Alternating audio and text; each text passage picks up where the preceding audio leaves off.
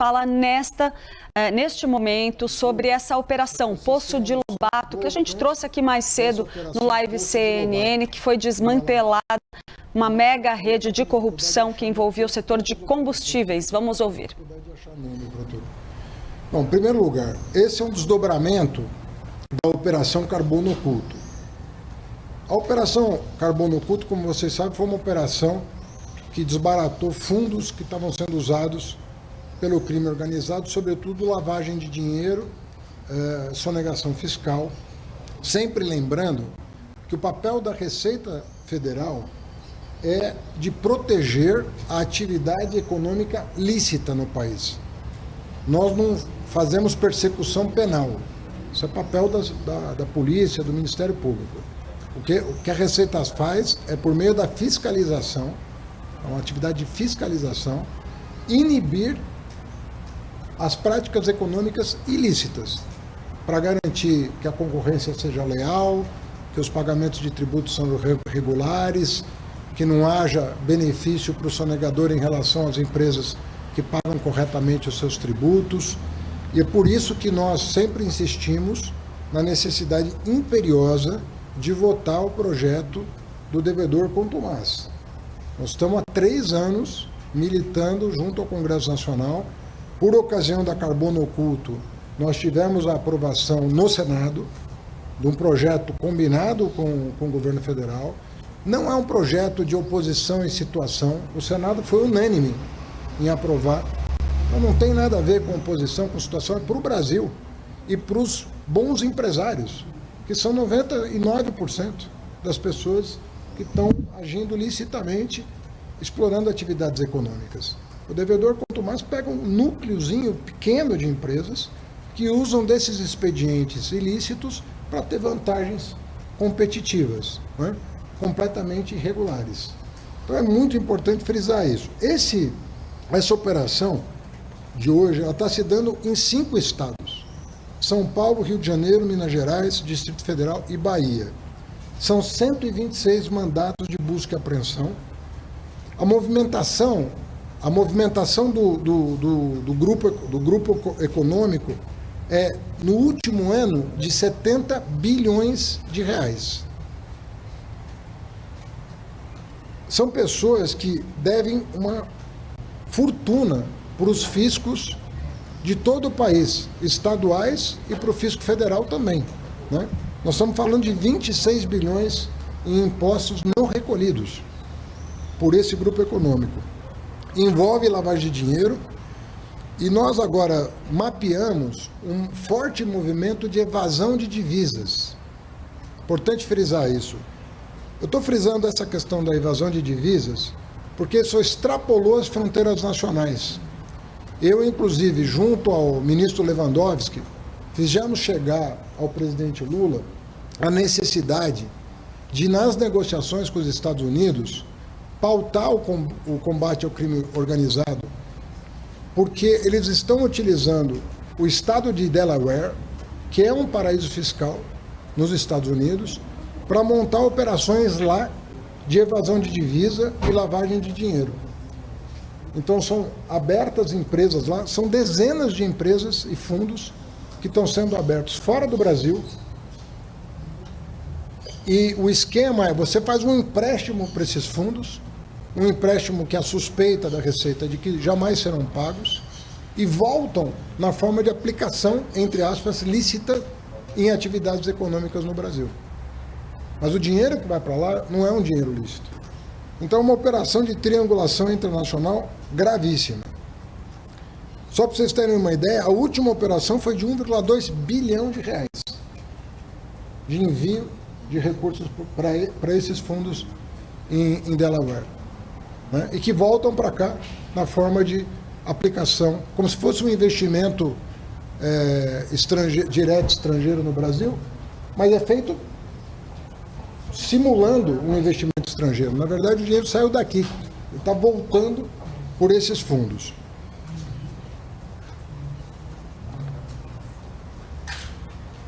Uma outra coisa importante é que, a partir dessas investigações, a Polícia Federal, evidentemente, vai envolver recuperação de ativos no exterior, criminalização de pessoas não residentes, eventualmente mobilização da Interpol.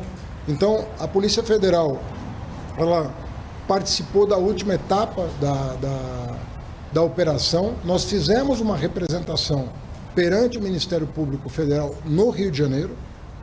São 300 páginas com toda a descrição da movimentação financeira e do esquema criminoso, para que a Justiça do Rio de Janeiro dê impulso a esses processos.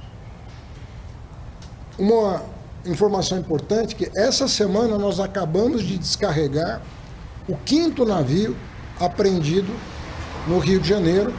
Ele foi apreendido no Rio de Janeiro, mas teve que ser levado a São Paulo para que nós pudéssemos nomear o fiel depositário desse combustível.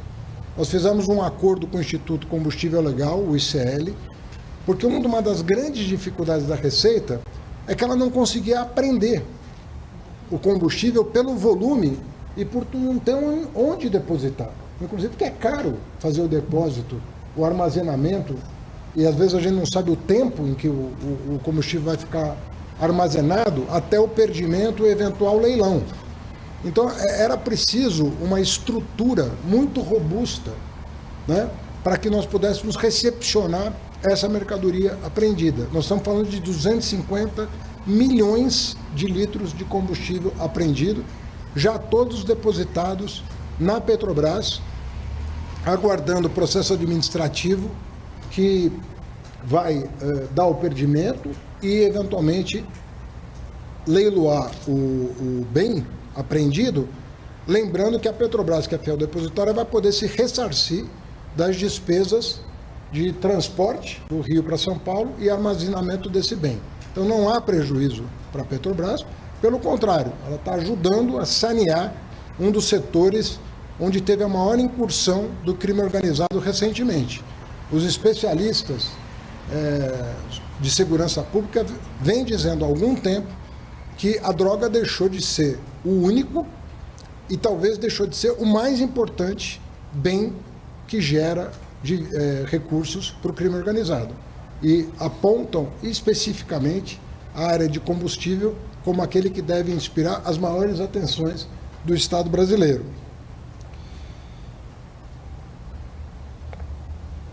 Nós queremos agradecer os Ministérios Públicos dos Estados. Então é muito importante porque os fiscos estaduais, os fiscos estaduais foram os mais lesados. A União também. Só para vocês terem uma ideia, o Rio de Janeiro deixou de arrecadar o que ele gasta por ano com a polícia. Para vocês terem uma ideia do tamanho do problema. O que esse grupo econômico deixou de pagar aos cofres estaduais, ao cofre estadual do Rio de Janeiro, é suficiente para custear um ano a polícia, toda a polícia do Rio de Janeiro. Então esse é o volume de recursos que está envolvido. Então nós voltamos a dizer o seguinte: nós temos que abrir, para continuarmos o nosso trabalho, nós precisamos abrir essas duas frentes. Primeiro, aprovar o devedor contumaz. É um apelo que eu deixo aqui pela enésima vez. É um trabalho que nós estamos fazendo há 3 anos, nós aperfeiçoamos o texto.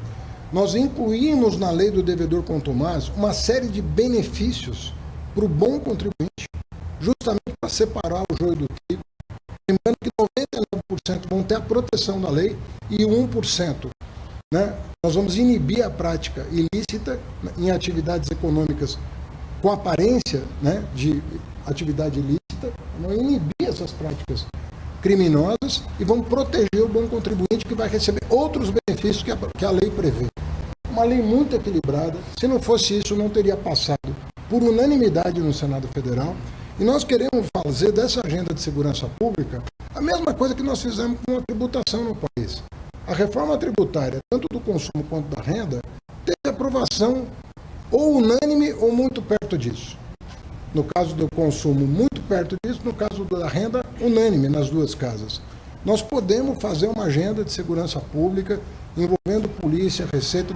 Tive ontem com o senador Alessandro Vieira, que é uma pessoa equilibradíssima e que entendeu exatamente os pontos necessários para nós podermos harmonizar as duas casas em torno de um projeto que represente a vontade de todo o país, como foi feito com as duas reformas tributárias, e nós temos uma oportunidade com esse conjunto de diplomas legais que o ministro Lewandowski mandou para o Congresso Nacional, de fazer uma coisa muito importante. A lei antifacção, devedor contumaz, a PEC da segurança pública, né? A lei que pune com mais severidade o crime de receptação, são diplomas legais que reorganizam o país para combater o andar de cima. Porque todo mundo, e foi o objeto da nossa conversa aqui durante uma hora, todo mundo se conhece. Se você não asfixiar financeiramente as organizações criminosas, você vai ter uma reposição de mão de obra barata na base e você não vai dar conta do problema. Você precisa atuar também por cima, também pelo andar de cima. Porque é o andar de cima que irriga com bilhões as atividades criminosas. Não estamos falando de milhões, nós estamos falando de bilhões de reais. Hoje estão sendo bloqueados 8 bilhões de fundos. Na Operação Carbono Oculto foram 30 bilhões de reais bloqueados. Só hoje, mais 8 bilhões estão sendo bloqueados. É assim que nós vamos conseguir efetivamente combater o crime. Né? A interação da Receita com a polícia cada vez melhor. Né? O secretário Barreirinhas e o diretor-geral da polícia, o André Rodrigues, se reúnem com periodicidade frequente, incluindo as equipes, e a polícia vai ter um papel fundamental agora de extrapolar a fronteira nacional para buscar parceria internacional. Né? Inclusive, um dos navios apreendidos no Rio de Janeiro trouxe combustível da Rússia, e é um bloqueio internacional em relação a isso, que estava sendo respeitado pelo Brasil e que esse grupo criminoso não respeita. Então você tem repercussão internacional do que está acontecendo.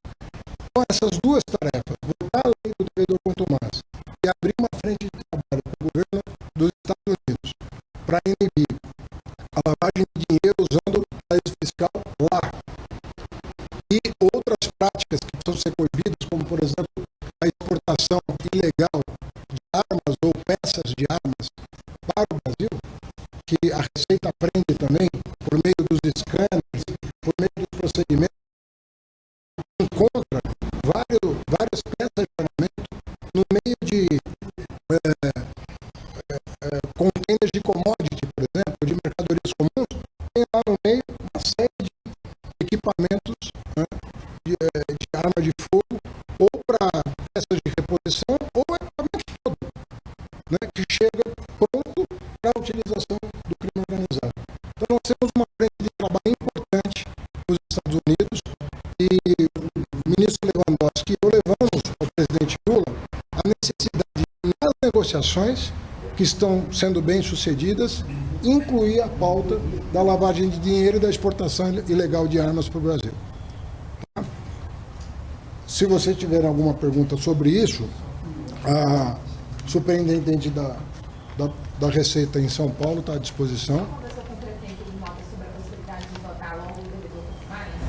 Eu sempre falo, sempre que posso, alerto para essa necessidade, até porque o Senado deu uma demonstração firme, né, de que chegou a hora, né, desse projeto que tramita há 7 anos ou mais, né, passar a ter vigência no Brasil, o que vai fazer. Não tem bala de prata contra o crime organizado, mas essa é uma peça da engrenagem que a Receita precisa para coibir práticas ilícitas do crime organizado.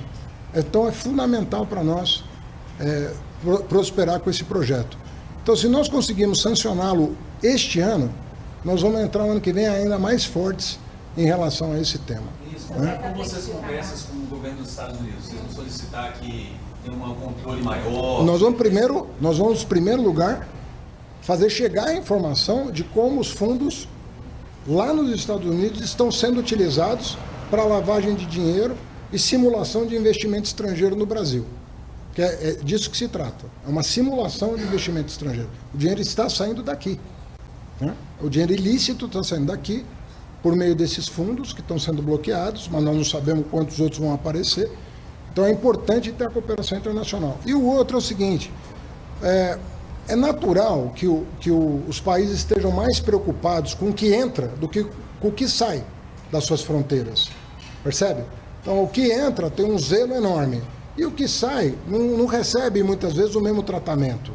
Mas nós vamos levar fotos, vídeos, mostrando como as armas estão chegando no Brasil em containers de lá, com outras mercadorias declaradas. Você compra uma mercadoria e no meio do container vem as peças de reposição ou o próprio armamento. Isso está acontecendo no Brasil. A Receita aprende. Se nós tivermos um controle lá na saída e um aqui na entrada, vai aumentar a nossa eficiência. Nos Estados Unidos isso também? As armas nos Estados Unidos nós somos de lá? Saem de lá. Saem de lá. E chegando aqui. Mas ilegalmente. Nós estamos falando de peças de reposição, de armamento que não é produzido no Brasil, e estamos falando de armamentos.